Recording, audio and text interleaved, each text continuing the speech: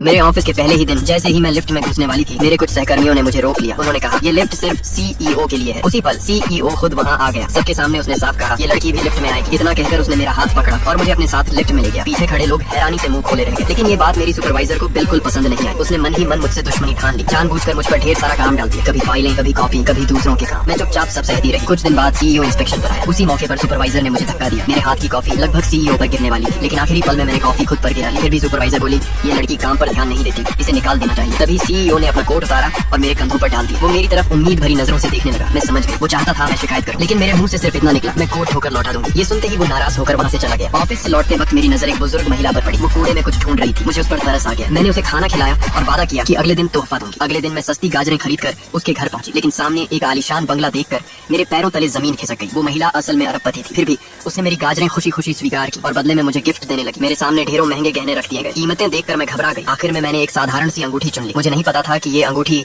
CEO की होने वाली पत्नी की निशानी है। मेरे जाने के बाद वो बुजुर्ग महिला बहुत खुश थी, क्योंकि उसने अपने पोते का दिया काम पूरा कर दिया था। अगले दिन ऑफिस में सुपरवाइजर एक अंगूठी दिखा रही थी। वो अंगूठी मुझे जानी पहचानी लगी। मुझे देखते ही वो बोली मैं अमीर घर में शादी करने वाली हूँ, तुम यहाँ से चली जाओ। तभी मैंने जेब से वैसी ही अंगूठी निकाल ली। उसने हंसकर कहा ये नकली है और मुझे घसीट कर सीधे सीईओ के पास ले गई। उसने आरोप लगाया ये लड़की खानदान की अंगूठी की नकल कर रही है। उसी पल दरवाजा खुला और वही बुजुर्ग महिला अंदर दाखिल हुई। पार्ट 2 देखना है तो कमेंट करो।